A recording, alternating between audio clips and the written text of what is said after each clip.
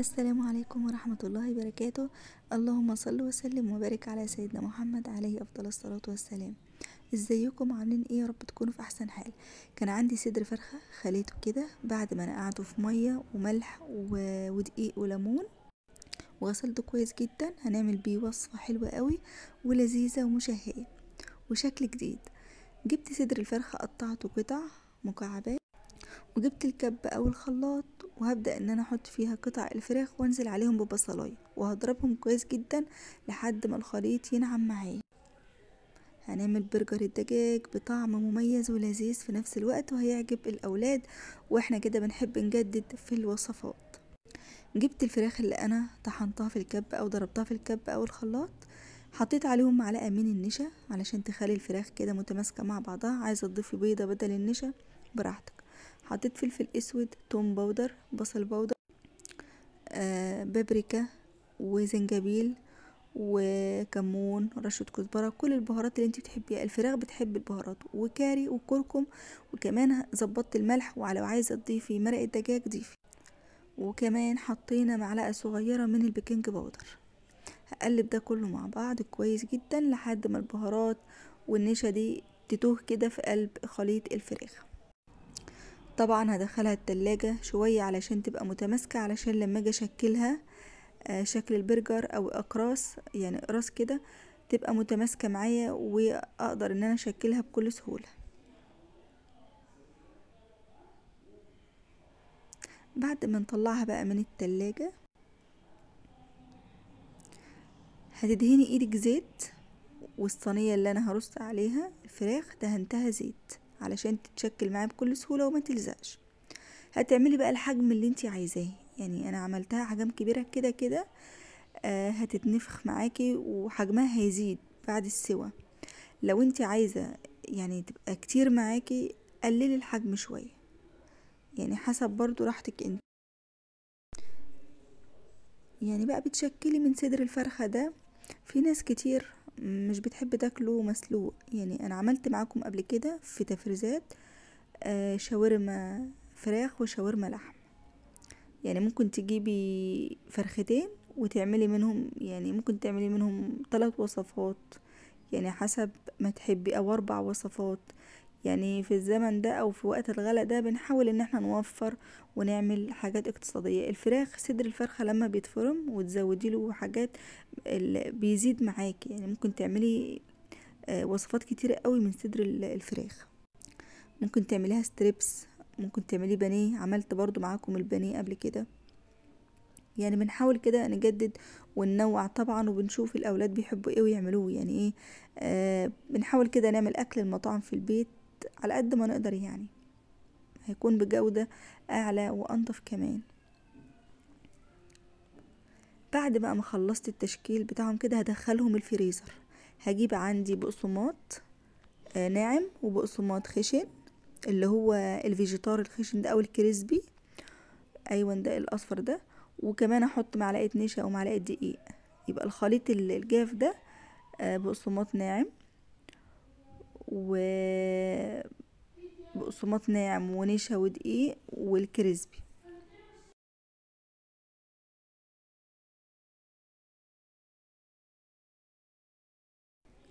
انا جبت بيضة، حطيت عليها شوية لبن او شوية مية، رشة فلفل ورشة ملح، واقلبهم كده مع بعض كويس جدا. وهجيب البرجر اللي انا بعد ما مسك نفسه في التلاجة كأنك بتعملي بانيه بالظبط، بس ايه يعني ايه شكل مختلف، يعني ايه برجر بقى، يعني اعمله برجر. جبت من الخليط السائل الخليط الجاف، وبعد كده ايه هنرجعهم تاني الفريزر لحد ما يتماسكوا معايا علشان نعرف نقليهم. ولما نيجي نقليهم مش هنسيبهم يفكوا ابدا، يعني هنطلعهم على القلية على طول زي ما هتشوفوا معايا دلوقتي. بعمل كده بالشكل ده كده، بحاول ان انا اخليها ايه كلها يبقى عليها من خليط البقسماط. عملت كل الكمية بنفس الشكل. جربوا الوصفة دي هتعجبكم جدا جدا ومشبعة قوي، وهتعجب الاولاد كمان.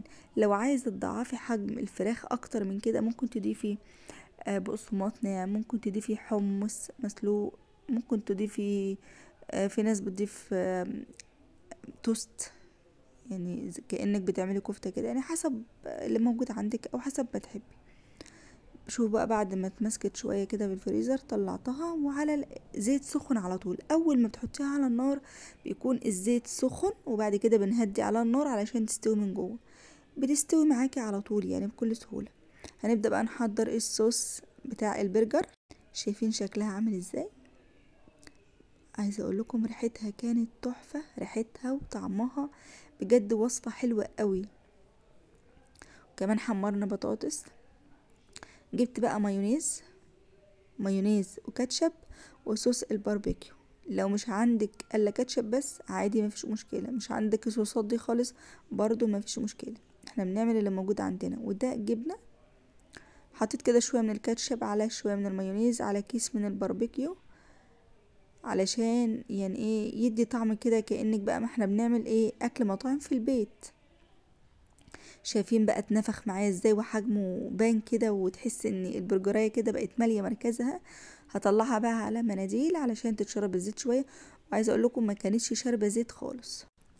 لو عندك بقى الجبنه اللي هي بتاعه البرجر عارفينها، وجبت عيش كايزر، العيش الكايزر اي حجم عندك اهو. هبدأ بقى ان انا افتح الكايزرايه، وهبدأ ان انا ايه احط عليها كده من الصوص اللي احنا عملناه. ممكن بقى تقطعي جنبه خيار، خس. مش بنحب نحط في قلبه اللي هو البصل، محبش احط عليه البصل حلقات كده والطماطم يعني ايه. كل واحده بقى يعني ايه شوفي انتي بتحبي ولادك بيحبوا ايه وبتعمليه. بس ممكن تقطعي خضار جنبه، وهتشوفي دلوقتي الخس انا مقطعه خس جنبه. مش بضيف له غير البرجر والصوص والجبنه. في تريكيه بقى بعملها في الاخر بس انا ما صورتهاش معاكم. بروح على التوستر واروح ضغطه كده الساندوتش، بيروح لازق في بعضه كده والجبنه بتسيح، يقوم العيل يعرف يمسك الساندوتش يبقى متماسك مع بعضه يعني. وكده بقى يكون يعني الوصفه خلصت. وصفه جميله طعمها حلو قوي. بحاول ان انا انوع في الوصفات وبديكم افكار، خصوصا وصفات الفراخ. معظمنا مش بيحب صدر الفرخه. انا من الناس اللي مش يعني كان مستحيل ان انا اكل صدر الفرخه كده، فكنت بعمله على طول بانيه او شاورما او ناجيتس او ممكن اي حاجه بقى يعني تحبوها. شايفين بقى من جوه هش وطري ازاي. كده كنا خلصنا السندوتشات بتاعتنا. يا رب الفيديو يعجبكم. وبعد ما تخلصي بقى السندوتشات كده ممكن بقى تعملي لو عندك عصير او حاجه ساقعه، قدمي جنب بعد الاكل كده اي حاجة، واكنك عملتي شغل مطاعم في البيت بكل سهولة وبنظافة، وفرحتي اولادك بحاجة بسيطة. ممكن كل يوم خميس كده بيبقى صباح مثلا اجازة، تعملي اكلة زي دي جنبها شوية مثلا حلويات، حاجة بسيطة او اي حاجة تفرحي بيها اولادك. او ممكن تعملي كيكاية. كنت انا عاملة معاكم جاتو شاتو بالشوكولاتة تحفة جدا واقتصادي جدا. حاولوا تشوفوا الوصفة، ويعني حاولوا تساعدوا اولادكم وتفرحوهم باقل حاجة في البيت. يا رب يكون الفيديو عجبكم والفكرة عجبتكم، واستنوني فيديو جديد. وما تنسوش بقى ايه عصير الرمان اللي انا كنت جايباه معاكم في المشتريات ووريته لكم. جبت كده بقى كوباية وصبيت منها شوية في الاخر. وكده الفيديو بتاعنا خلص، واستنوني فيديو جديد، والسلام عليكم ورحمة الله وبركاته.